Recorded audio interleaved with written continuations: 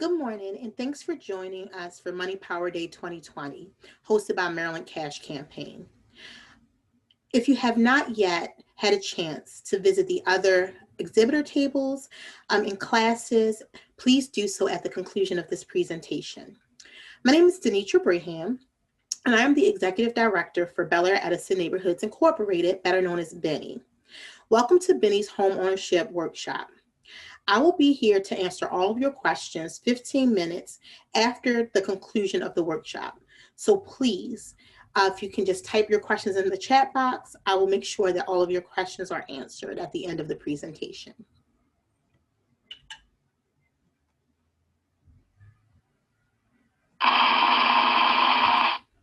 As I said, I'm with Belair-Edison Neighborhoods Incorporated.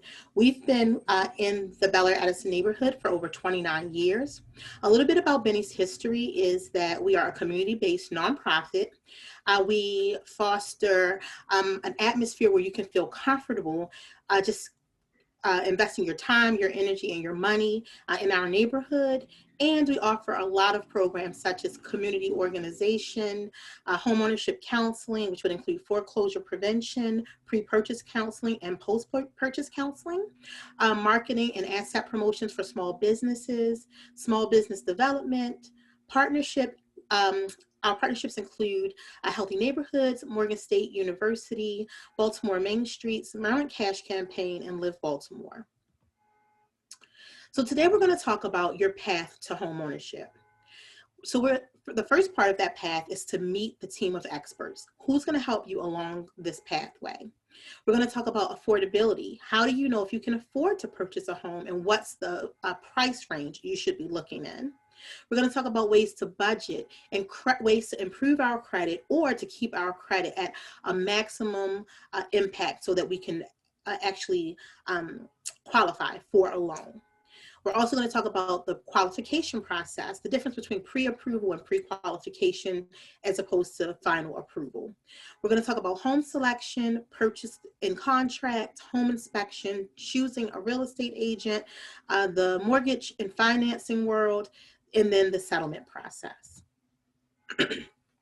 So your team of experts are going to include a housing counselor, a real estate agent, a loan officer, a title or settlement company, a housing inspector, an appraiser, and an insurance agent.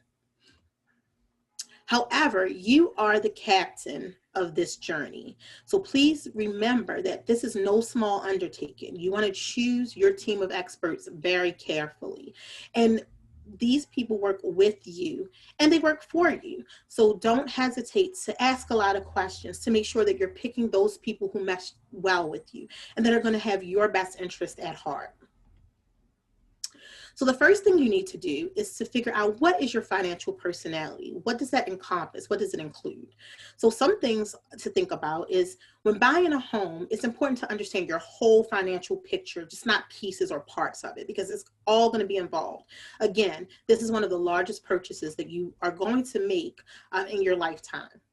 Excuse me. So let's determine how much money is it going to take to purchase this house? What's your monthly income and budget, including like your regular and incidental expenses? We're going to talk about anticipating upcoming changes. Maybe it's a new car.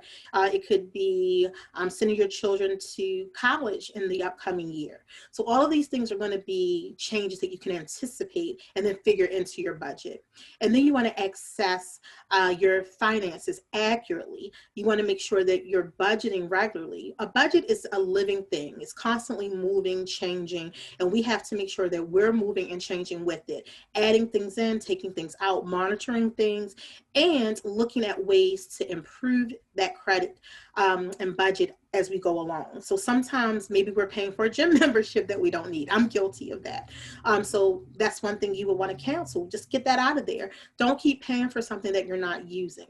Another thing, maybe we have more money than we expected and we can actually save more money. And by saving that money, we're going to be at a better financial period where we can actually purchase when, you know, at a date that we actually expect it for, and not a later date. So these are just some of the things that we want to think about when we're purchasing our home. So what is affordability? Well, there's 4 C's to affordability: capacity, capital, collateral, and credit. So when you think about all of these things, that's going to be just what makes the overall financial picture that we talked about. Capacity is your ability to pay back the loan. So that's going to be your income. It's going to be your monthly debts. That includes credit cards and other debts. It's also going to be your employment history. How long have you been employed? Is it a year? Is it 5 years? Are you expecting a raise soon? Are you doing, a student? So all of these things are going to be factors in figuring out your capacity. It also means how much mortgage you can take on comfortably.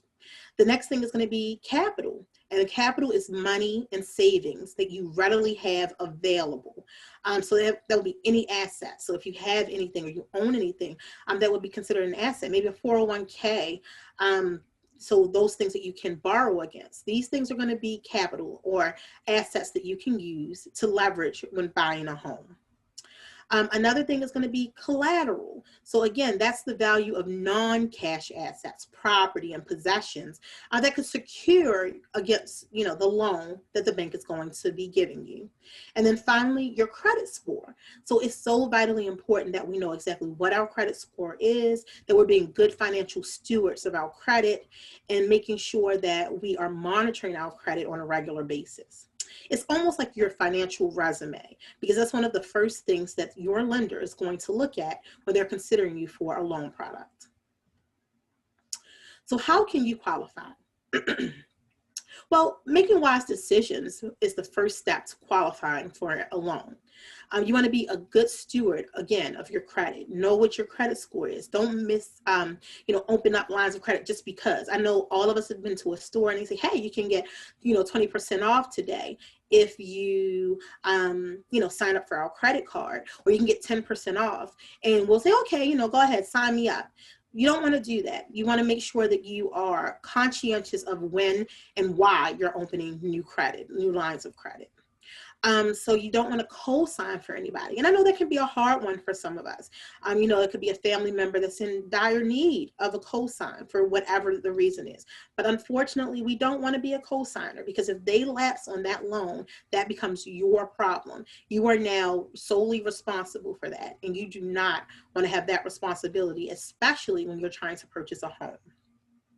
You don't want to make any large purchases on your credit cards when you're going through this process, because again, that's going to throw off your debt to income ratio, and it's going to throw off how much you owe, and how much you actually have, your balances. So you definitely want to steer clear of making any large purchases.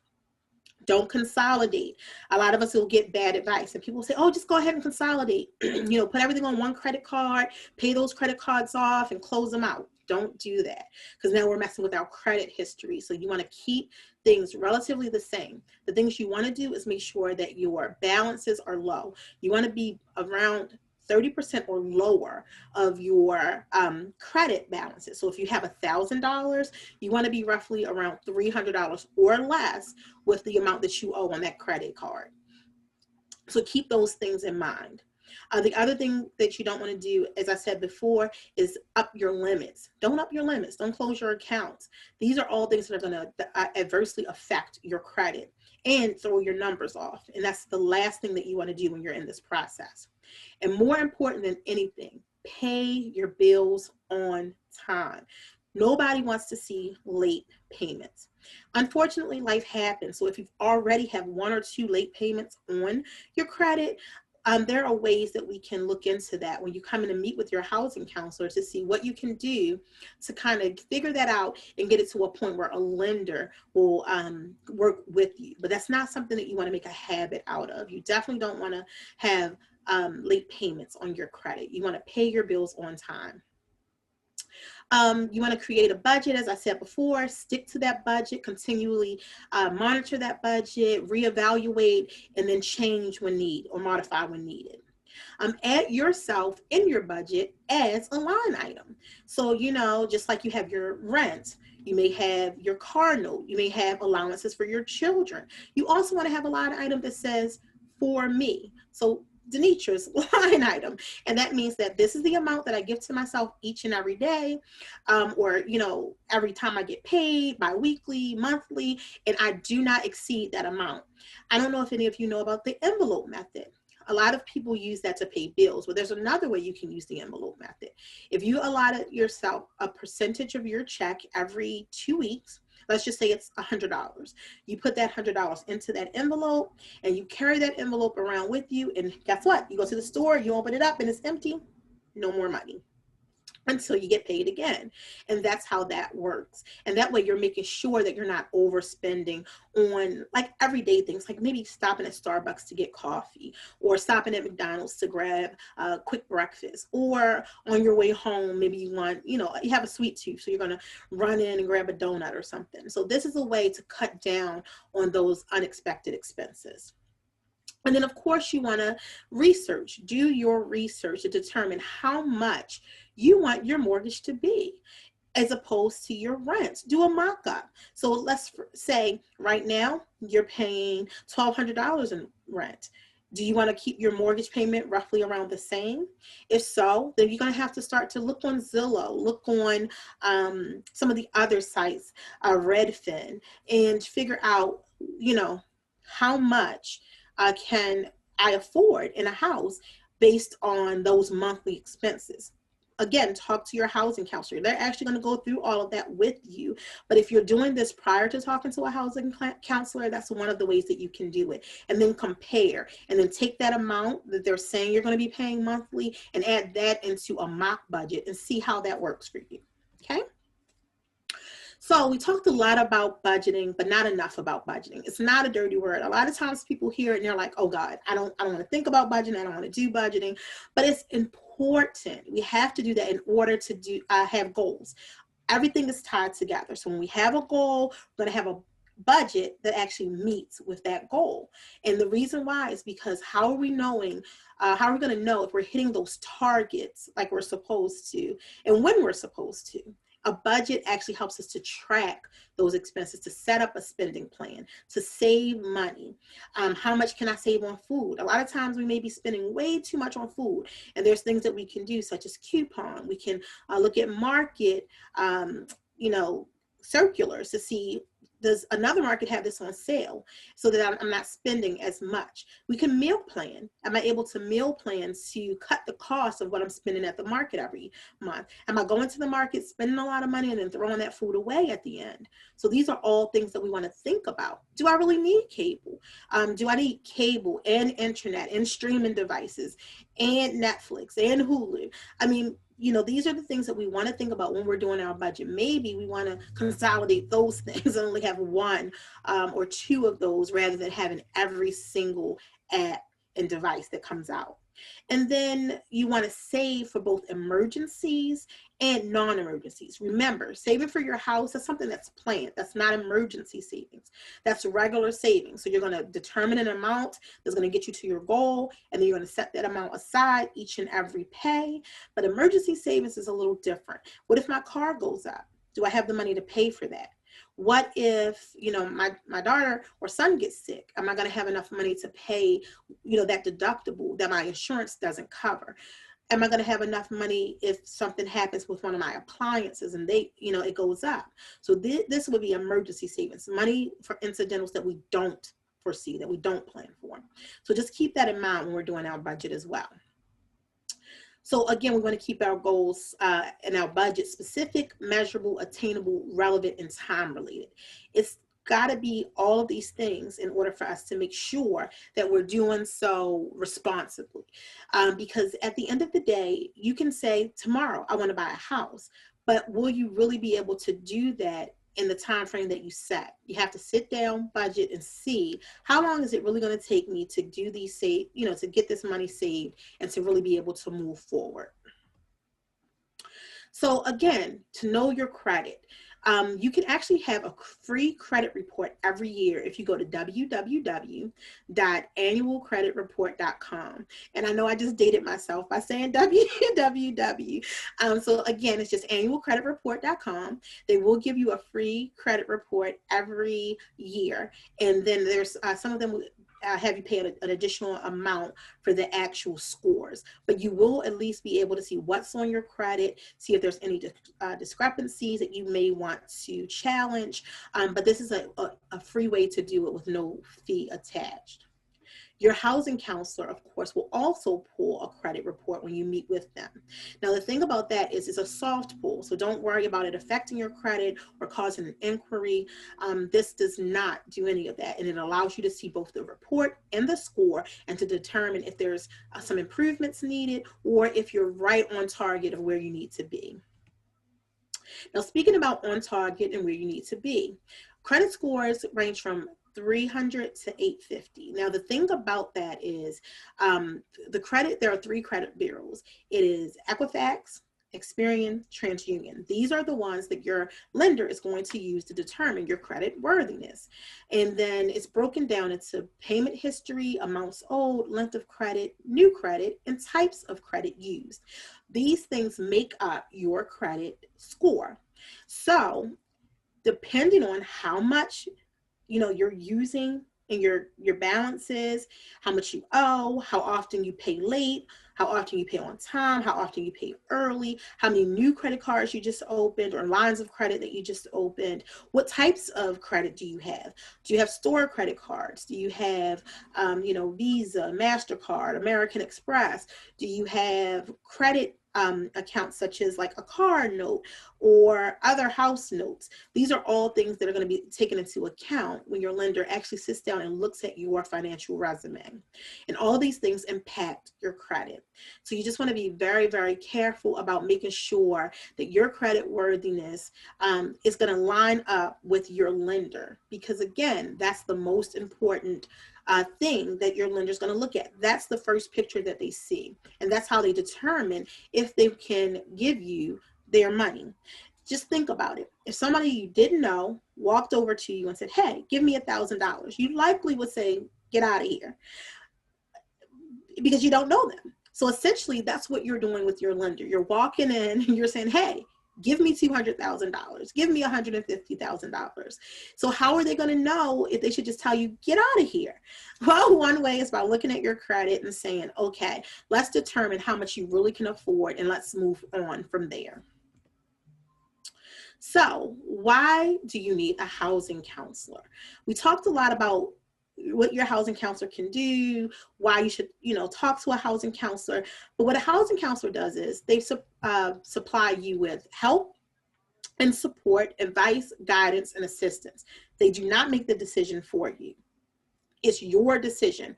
We help to guide you through that decision to make the best possible choices and get the best possible outcome for you and your family. But we do not make the choice for you. We lay all of your options out on the table. We tell you what your financial picture looks like. And then we give you a good idea about your financial standing and what you should be looking for in a home, what you should be looking for in a loan. And then we tell you how your credit fits into all of that and how your individual budget and expenses can help you to get there. So your counselor is going to help to guide you through the process. There's no fees involved, and we really have just your best interest at heart. We're trying to make sure that you can certainly make the best decision so that you not only are able to obtain the house, but you're able to retain the home. And so that's most important to us. The prize is not getting the house. The prize is keeping your home and keeping it intact and being able to draw the equity and use it for wealth building. And that's the ultimate goal. So with that said, you want to choose your team wisely. And like I said, first things first, do your research. The best way is to make sure that you go to counseling right away. Sit down with your counselor. Ask a lot of questions. This is the best time to do that. So maybe you prepare a list of questions ahead of time that you want your counselor to answer. And get that certificate. The certificate is so important. Your lender wants to see the certificate. Any down payment assistance programs want to see the certificate. Everybody wants the certificate. Your real estate agent wants to know that you have the certificate. So homeowner education is very important. And once you have that certificate, it's going to open up so many doors for you and have you a viable homeowner, ready to sustain your property and build wealth while you're doing so and realizing your dream of home ownership. The next thing to do is to find a good lender. Get a pre-approval. Shop around. Don't stop at the first pretty face you see. There's a lot of people waving good, loan products. But shop around. See which is the best one that fits you. It's not enough just to say, oh, he's going to give me what I want. He's going to give me the amount that I'm looking for. You have to make sure all of the terms and conditions are also conducive. So just make sure that you're looking at many different types of banks, national banks, local banks, credit unions, add diversity. And you want to compare, do a comparison, apples to apples. What are they offering me in ways of fees? What are they offering me in ways of down payment assistance? What are they offering me as an overall picture to gain me as a client? And you may want to go with some of your banking institutes that you're already using. Maybe you already have a bank account or a checking account or a savings account with a bank. Speak with them first. See what they have to offer you. Sometimes loyalty really matters. And so just keep that in mind when you're shopping around. Okay, so the mortgage financing piece, how lenders make loan decisions. Again, they're looking at your credit, they're looking at your employment history, they're looking at your affordability, and then they're looking at that as a whole picture. Can you sustain this payment over time? It's not, again, about getting it, it's about sustaining it. So they don't want to know that you can get it right now. They want to know your employment history. Do you have a steady employment history? And if so, that's a good thing, because now they know that this is a pattern for you. So they're going to want to, help you to get to your dream of home ownership. They're going to talk to you about types of mortgage products. Because you're a first-time home buyer, you're probably going to get a fixed mortgage product. And that's really the best kind of product to get, because that means that everything is consistent. You are going to have your items escrowed into your account. All of these are things that you want to do as a first-time home buyer, because you don't want the headache of remembering, oh, my taxes are due in July, and then again, this month, and oh, I have to pay my insurance. There's so many moving parts. So if that's all escrowed into one monthly payment, then it's one and done. It's paid for. Your mortgage company is going to get that out for you, and everything is set up and you can move forward. Now, the thing to be very careful about is predatory loans. We're still in an era, it's not as prevalent as it was back in the early 2000s, but it's still, we still see it. So you want to just be very mindful to be careful about predatory loans.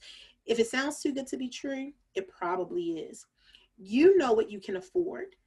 In your heart of hearts, you know what's going to put you in a situation that may be detrimental. Do not allow yourself to be in that kind of situation. And when in doubt, leave it out. Call your housing counselor if you have questions. Ask them, this is what the lender said. This is what a loan officer said. This is what the bank gave me. Can you look over it? And your housing counselor is going to be more than happy to look over it and tell you if that's a good deal for you. So pre-approval, there's a difference between a pre-qualification and a pre-approval. Now your pre-qual is kind of like you call into the bank, you give them some detailed information. Yeah, work for 2 years. This is how much money I have. This is how much savings I have. These are kind of like what I think my credit scores look like.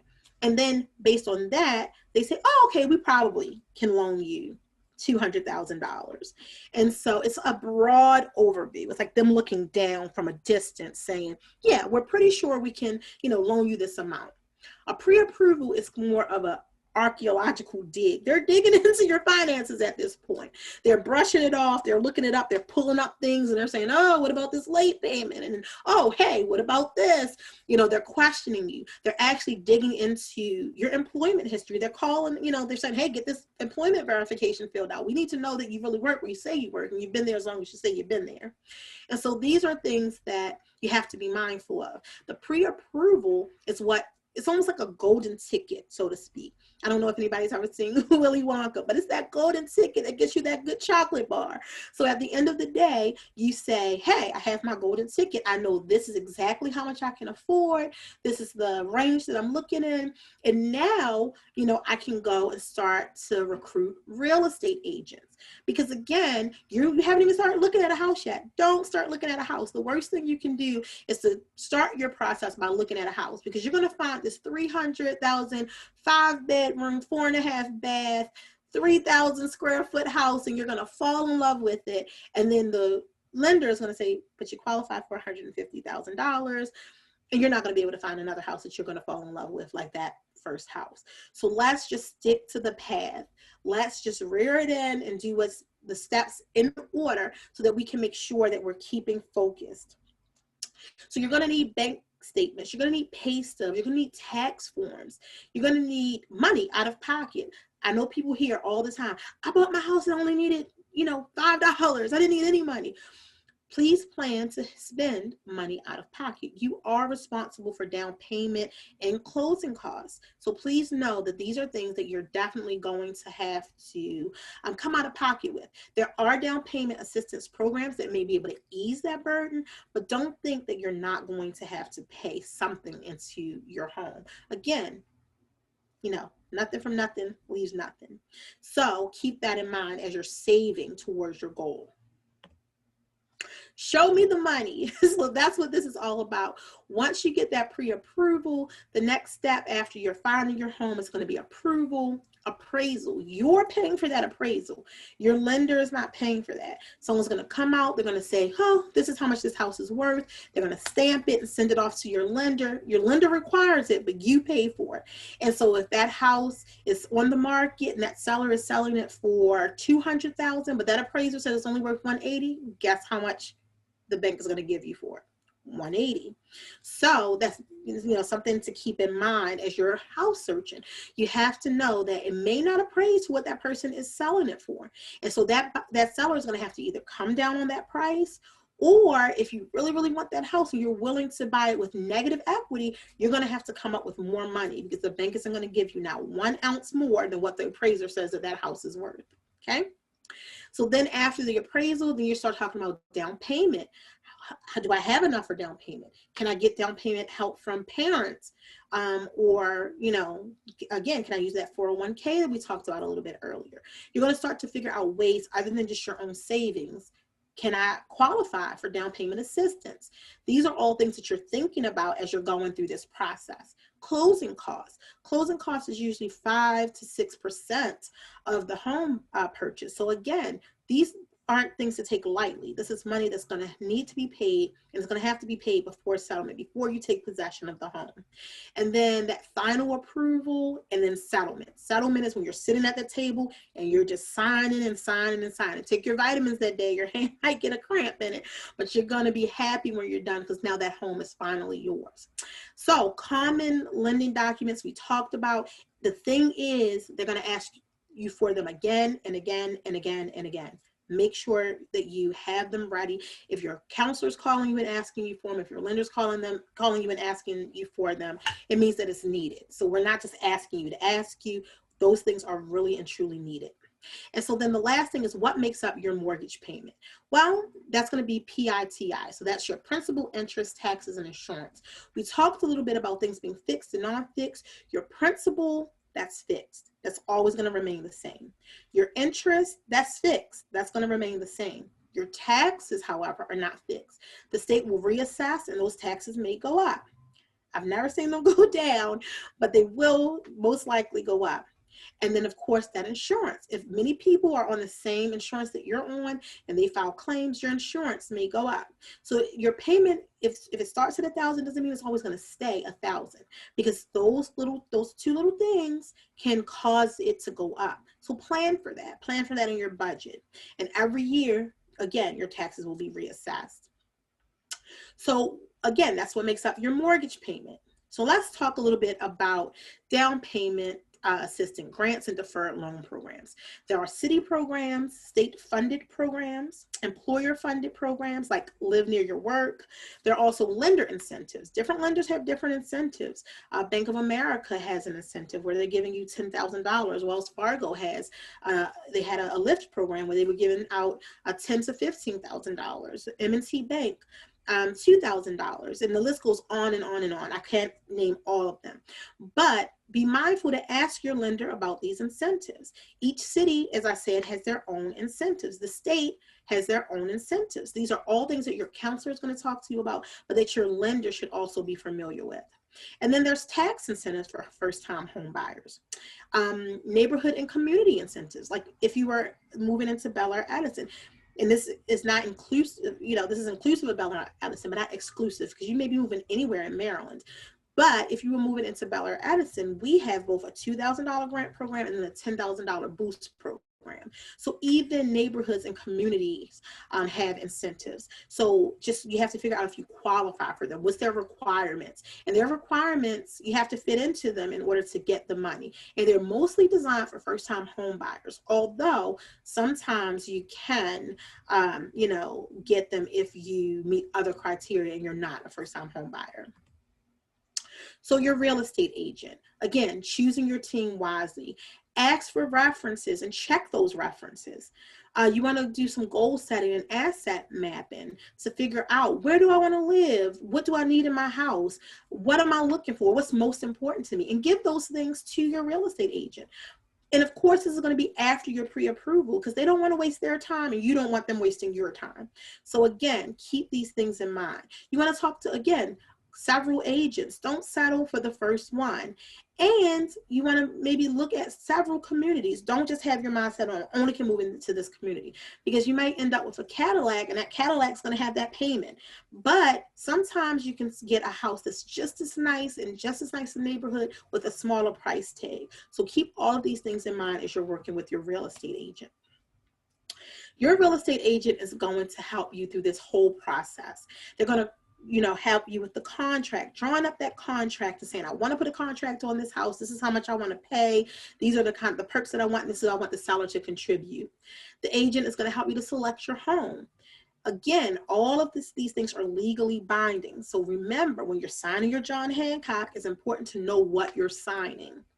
You're going to have an earnest money deposit. Your real estate agent is going to take that. They're going to give it to the title company to hold, but they're going to take that earnest money. So, it maybe the seller's asking for $1,500. Maybe they're asking for $1,000, $2,000, but whatever they're asking for, you have to have that in those 3 days after signing that contract, or your contract is null and void. There's some contingencies that your real estate agent can help you to work through. And then it's not necessary, they can help you to secure financing, but for the most part, I suggest that you do that process ahead of time. And then of course, they can also help you to find a good home inspector. And they're going to attend that home inspection with you to make sure that they're listening, to make sure that any questions that you didn't ask, that they do ask. Overall, keep your eyes on the prize. As I said, make a vision board. I hope many of you know what a vision board is, to determine what's really important in your home, the cost, the resources, location, the price point. Be reasonable. And again, do I want a duplex? Do I want a multi-unit home? Do I want my property to make money for me, where I can live in one unit and rent out other units? All of these things are things that you really have to think about. The other things that we have to think about, insurance and protection. This is one of the largest investments of your life. Life happens, protect it. So what are the types of insurance you should have to make sure that you're remaining whole? You want to have life insurance. You want to have mortgage life insurance. Mortgage life insurance is if you and your husband are purchasing this house together, if God forbid something happens to one of you, the house is paid for. So that means if that house is based on a 2-income family, and now there's only one income that can support that mortgage, that insurance will come in, pay for that mortgage, and you don't have to worry about that expense. That's something that you can get in addition to. And again, it's all about making yourself whole.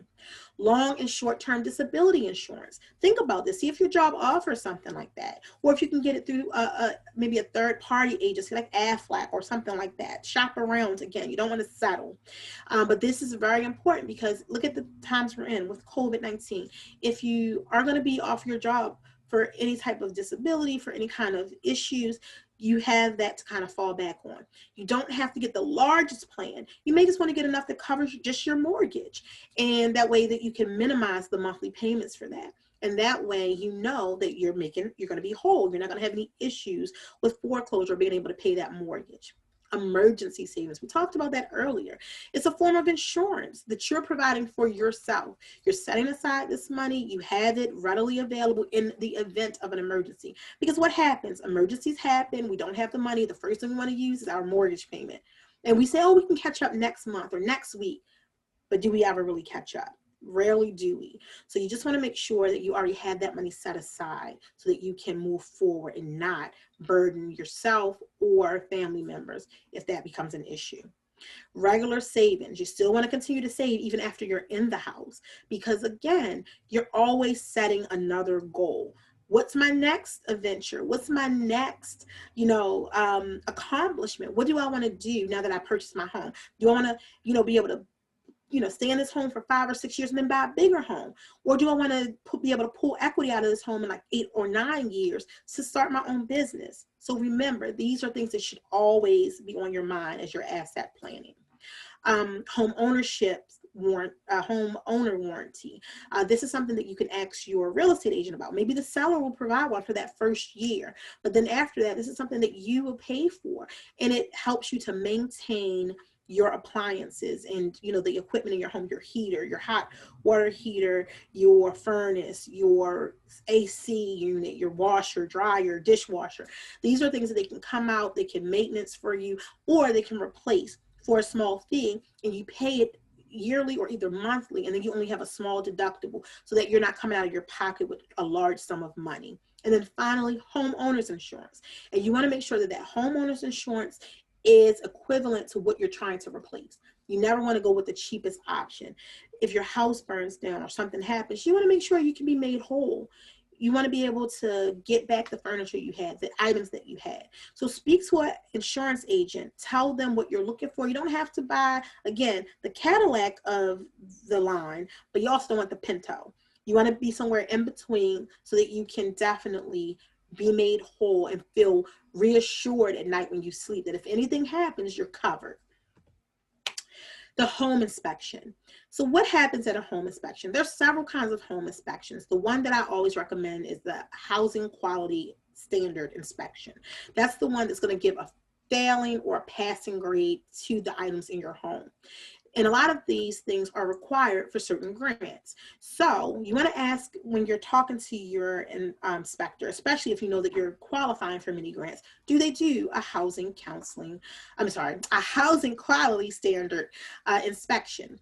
And then the other questions that you want to ask is, what does the inspection cover? How much does it cost? How long have you been practicing?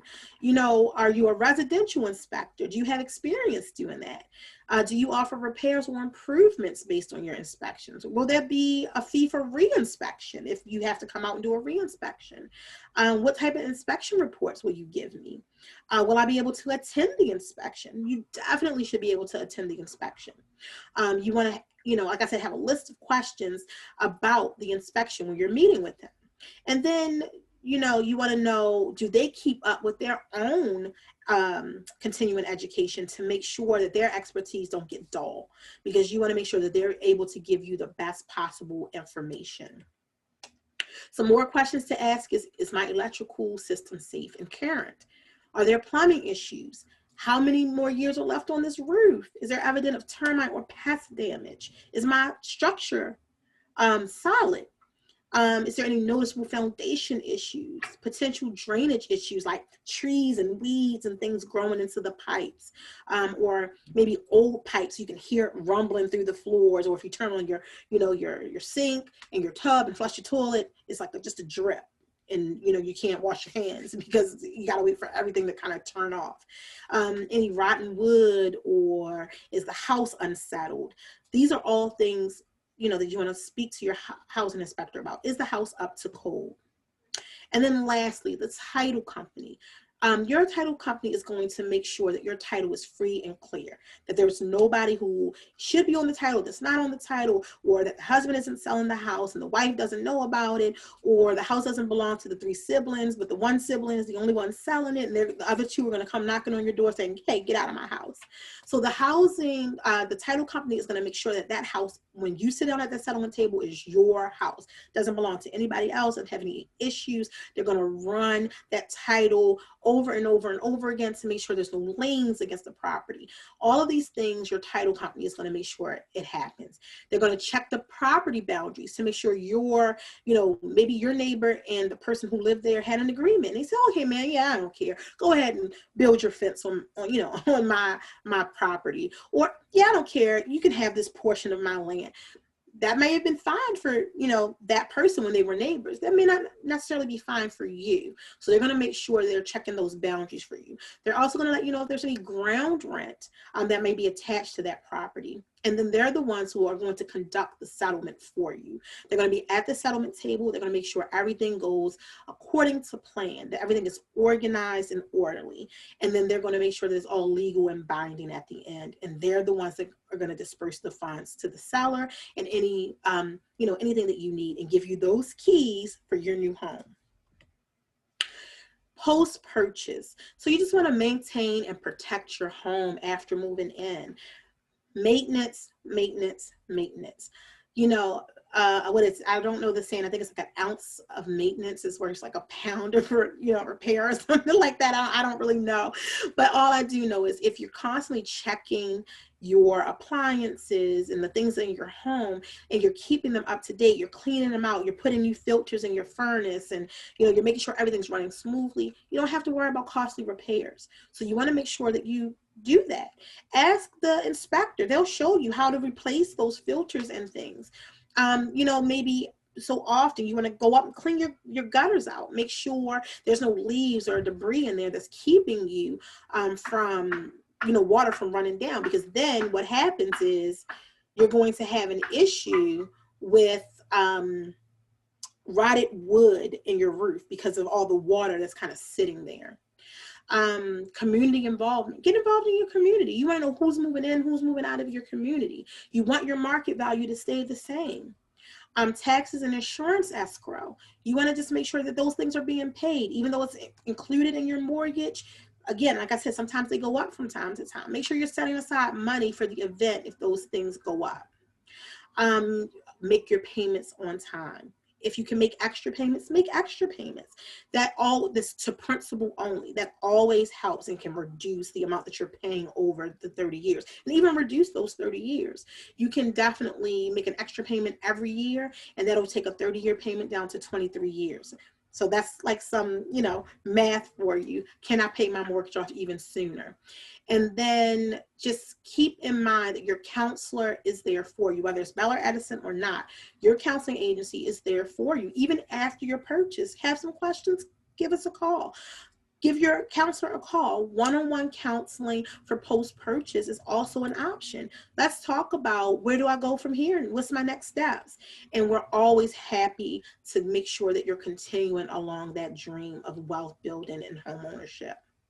So now would be the time for any questions that you have. If you haven't already typed your questions into the chat box, now's the time to do so. And as I said, I'll be here for 15 minutes to make sure that I answer all of your questions and get any additional information that you might need out.